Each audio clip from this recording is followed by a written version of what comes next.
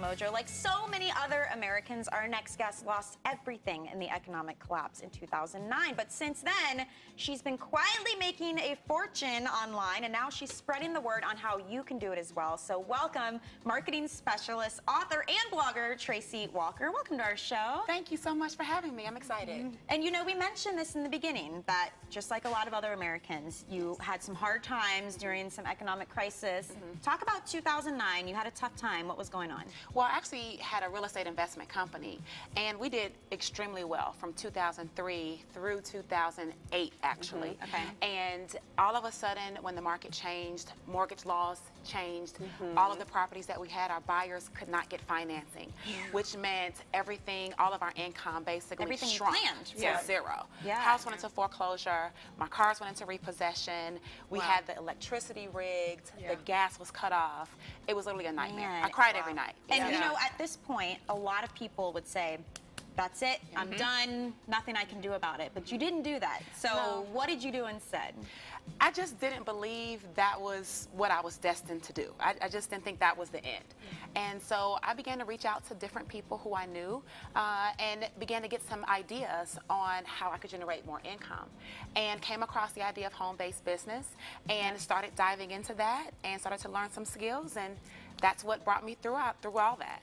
And I think a lot of people like home-based business, whether they're stay-at-home moms, whether they, you know, have a commute to a city, you know, they're in a remote location. I mean, there's so many reasons why people get into home-based businesses. Exactly. Right? I mean, it's way more convenient. You know, you don't have to get up at a certain time. You don't have to be anywhere at a certain time or a certain place.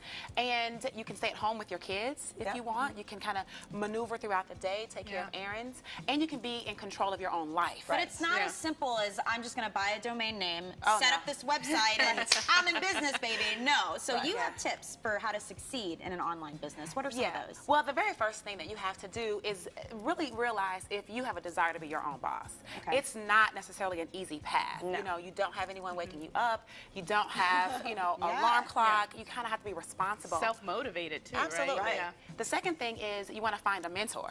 I mean, any successful and great person follows in someone's footsteps. The biggest challenge, though, is doing what they say. Right, so you have to actually take their advice. Do what they say. After that, you want to create a feasible game plan. I mean, if you're going to do anything, you got to have a plan. Make it reasonable. If you want to make $5,000 a month or $10,000 a month, but you've never done this before, well, then you kind of have to put some education time into that. And then the final thing is just keep going. Don't give up. It's not going to be rosy all the time. You're going to make some mistakes. You're going to feel a little slighted, but you'll get over it. You'll learn what to do right. So you say repeat until you succeed. Repeat until you succeed. So how do you know which one to choose? Like, how did you know which one was like not a scam? Yeah, because there are a lot of scams out there. And there's so much on the internet. There are. You know, you don't know. You don't know right away. I mean, to be perfectly honest, you don't. But what you learn to do, especially with the help of social media, is you can watch videos and you can have intuition about people. You can read their content and watch their blogs. Educate yourself. Educate yourself for some time. Maybe you can reach out to them on Facebook. Maybe have a phone conversation if they're available. And if you feel good about it, it's in your gut, then I say go for it. Everything isn't as most people are not scams though. But you have that one experience and now you've kind of thrown everybody in the bucket. Don't just find the first thing you find and wire money somewhere and then absolutely. Do things that make sense. And we've talked about taking a leap of faith before on our show. So whether it's in business like you did or in a relationship or whatever, I mean, what's your advice for someone who's on the edge here, teetering, trying to decide, do I take a leap, do I not, stay safe, what do I do?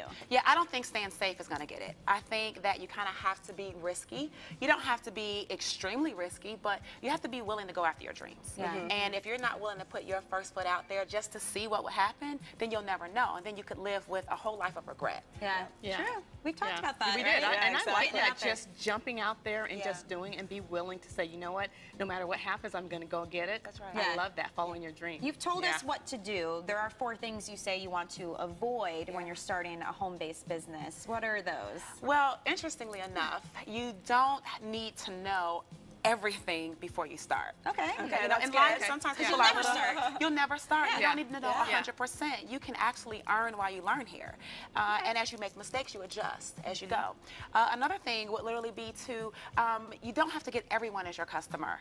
It's impossible. Yeah. Sometimes people think that when they have something great, everybody needs it. And that's not true. Focus on one thing, do it well. Absolutely.